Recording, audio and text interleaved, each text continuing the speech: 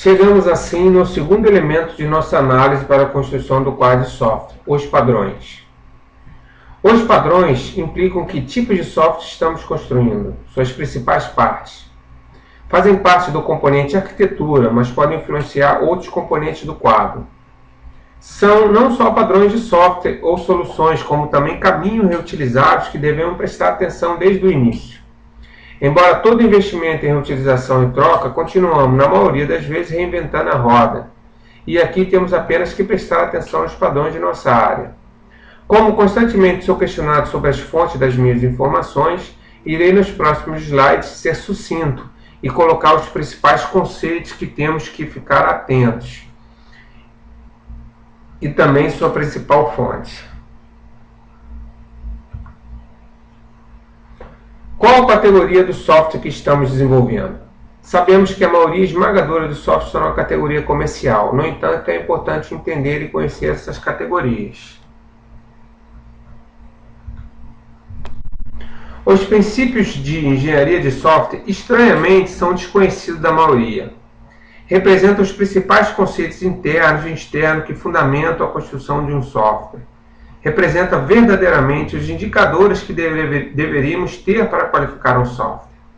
Representam ainda a direção que as ferramentas de desenvolvimento e os frameworks devem seguir e se alinhar. Sem alguma técnica ou meio de garantir este princípio, é impossível tê-los em seu software final. Apenas construir um mini kernel ou core em C# e Java. Toda classe que qualquer programador precisa criar tem que derivar deste mini kernel. É este mini kernel que tenta, embora de forma limitada, a gente tem consciência disso, garantir que alguns desses princípios sejam obrigatoriamente seguidos pelo programador.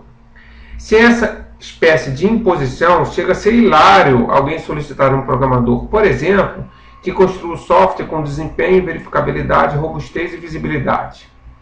Ele lhe dará um sorriso e, quando sentar na sua máquina, vai desenvolver como sempre fez. Explico esses princípios no meu livro de Engenharia de Software Aplicada. Os padrões de engenharia de software podem ser entendidos como uma breve metáfora.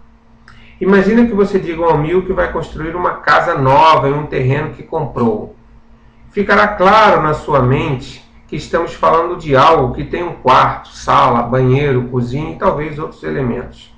Mas e em software? Se eu disser que vou construir um software, quais os componentes macros que vêm à cabeça? Entendemos o conceito de Eric Ebner nessa direção e explicamos como isso funciona na prática.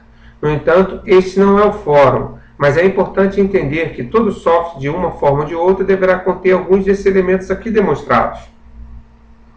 Por outro lado, sabemos que se fôssemos verificar os softwares atuais seguindo a mesma metáfora, eles seriam como favelas. Aqui não estou depreciando esse elemento de nossa sociedade, apenas salientando que a arquitetura destes locais possui uma semelhança com a maioria dos softwares atuais, independente de termos ou não CMMI5 ou MPSA. Os padrões de engenharia de software não são conhecidos, muito menos seguidos pela maioria, juntos com os princípios de engenharia de software. Ao invés disso, monta-se setores gigantes de teste, para no final detectar que está com problema, e não construir corretamente.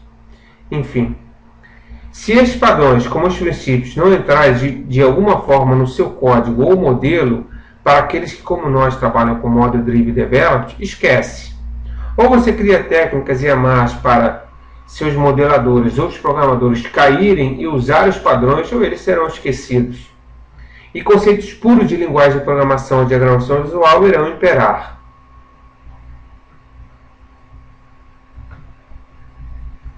Este slide praticamente dispensa comentários. Estes são os verdadeiros e quase únicos padrões conhecidos pela comunidade desenvolvedora de software. O livro do Gama foi um marco e até hoje é um livro obrigatório. Lembro-me apenas de 1998 fazer uma palestra sobre estes padrões e ser completamente desacreditado. A plateia não acreditava em padrões e nem em processo de desenvolvimento. Acredite se quiser. Espero que esta apresentação sobre o Software Model Generation tenha a melhor sorte.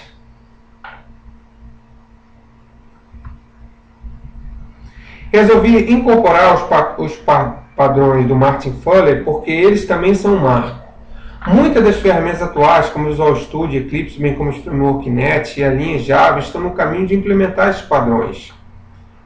Aqui vale uma pergunta interessante. Por que saltamos das linguagens padrões ou naturais, como C, C++, e o próprio Java no início, e suas bibliotecas, para o conceito de framework? Alguém já pensou nisso? Ou seja, por que a gente saiu de biblioteca e simplesmente de linguagem e caímos no mundo de framework? Atualmente, o investimento não é feito somente na linguagem C# ou Java, por exemplo. É feito no framework.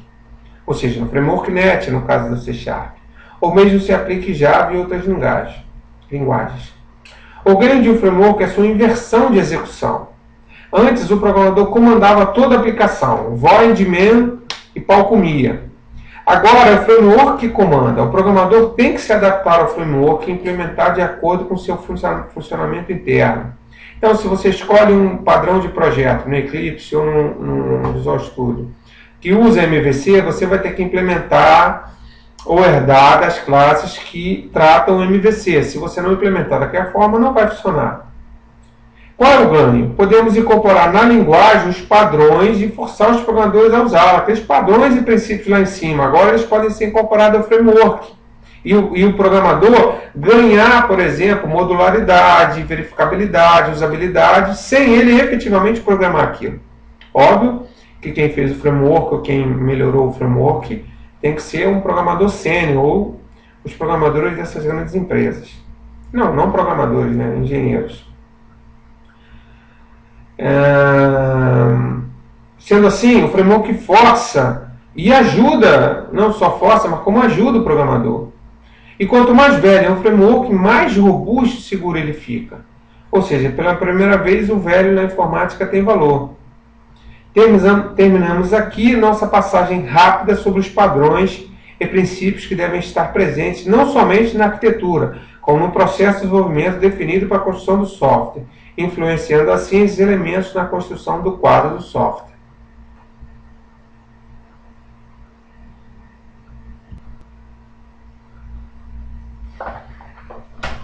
O design aqui não representa nosso design padrão.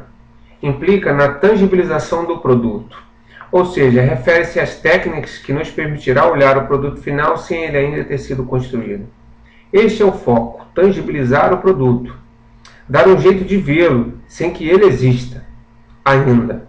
Seria como idealizar um novo carro, mas ao invés de apenas escrevê-lo em uma ferramenta de desenho no computador, construir com isopor ou plástico. Vê-lo ali na sua frente, entrar nesse carro de plástico e isopor, respirar dentro dele, ter uma ideia real com os sentidos daquilo que você está construindo. Imagine que tenhamos um pouco tempo para ver um animal que estamos falando. O que seria útil? Pegar um pequeno pedaço e analisá-lo profundamente com técnicas formais ou sair tateando todo animal no menor tempo possível, sem pensar muito,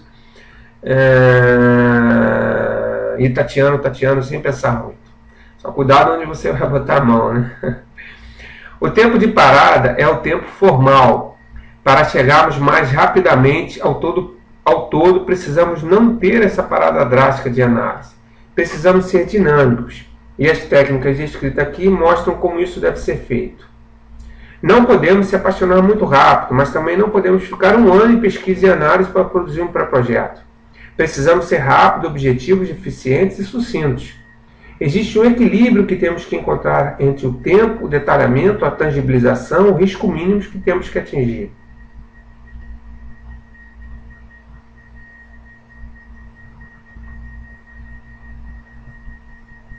Temos que aceitar o fato que, por mais que o cliente ou usuário entenda a sua área de negócio, ele verdadeiramente não sabe o que está pedindo. Todos nós sabemos disso, aqueles que efetivamente levantam software há anos. A semelhança daquilo que enfrentamos aqui com a psicanálise é enorme, ou psicologia. Quem conhece um pouco de si mesmo também possui uma honestidade maior consigo mesmo, sabe que se você ou outro for questionado sobre seus problemas, será uma resposta bem superficial. Apenas depois de um trabalho intenso que a natureza real dos seus problemas aparece na superfície, ou seja, a partir da superfície você consegue ver a profundidade. Inúmeras fugas é realizada pela sua mente para fugir dos seus reais problemas, sendo a racionalização a mais forte. As coisas parecem ter lógica e você as diz, mas o problema em si está mais embaixo. Mas o maior problema é que nem você mesmo sabe qual é o seu problema. Isso é escondido pela sua mente de você mesmo como se para se proteger. E por isso é tão difícil mudarmos ou efetivamente resolvermos nosso problema. Como diria Freud. Mesmo sem citar qualquer conhecimento nesta área, Alexander e sua equipe constatou que não podemos simplesmente ouvir o que o usuário ou cliente diz de bate-pronto e parar aqui. Não podemos acreditar que a resposta do que ele quer venha assim tão rápido. Precisamos ir mais longe, mas efetivamente entender o cliente o usuário, se realmente queremos ajudar em seus problemas, mesmo que não sejam pessoais, obviamente, né? Algumas vezes você tem que ouvir problemas pessoais também, mas enfim. Aquela resposta rápida do que seria ideal, nem sempre, ou na maioria das vezes, não é aquilo. Cabe a nós assumirmos essa responsabilidade, porque a maioria de nós, embora saibamos disso, não usamos para melhorar nossas técnicas. Usamos sim para nos proteger através de contratos assinados e dos aceites. Ao final, queremos apenas retirar o nosso da reta e responsabilizamos o usuário por não saber pedir ou pedir tudo errado, ou como já mostramos, ser o responsável por 64% dos pedidos do software, onde 45% nunca é usado, vamos lembrar. Vamos continuar bancando ou sendo inocentes ou vamos assumir a responsabilidade e mudar esse cenário?